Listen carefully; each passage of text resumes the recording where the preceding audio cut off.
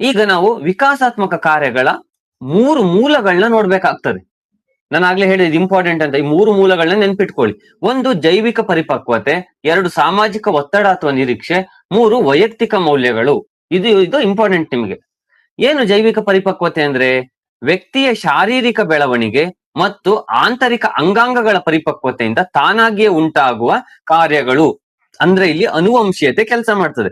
ಅನುವಂಶೀಯತೆ ಅರ್ಥ ಆಯ್ತಾ? ಅಂದ್ರೆ ಅಪಕ್ವತೆಗೆ ಆಧಾರವಾಗಿ ಶಾರೀರಿಕ ಮತ್ತು ಅಂಗಾಂಗಗಳ ಬೆಳವಣಿಗೆ. ಆ ಟೈಮಲ್ಲೇ ಮಗು ನಡಿಲಿಕ್ಕೆ ಆಗ್ಬೇಕು, ಮಾತಾಡ್ಲಿಕ್ಕೆ ಆಗ್ಬೇಕು.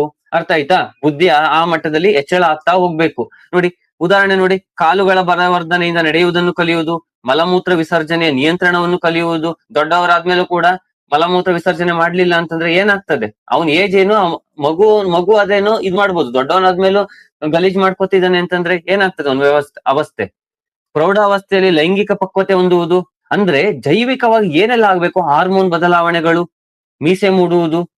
ಅರ್ಥ ಆಯ್ತಾ? ಇಂಥವೆಲ್ಲ ಆ ಟೈಮಲ್ಲೇ ಆಗ್ತಾ ಇರ್ಬೇಕು. ಇದು ಜೈವಿಕ ಪರಿಪಕ್ವತೆ.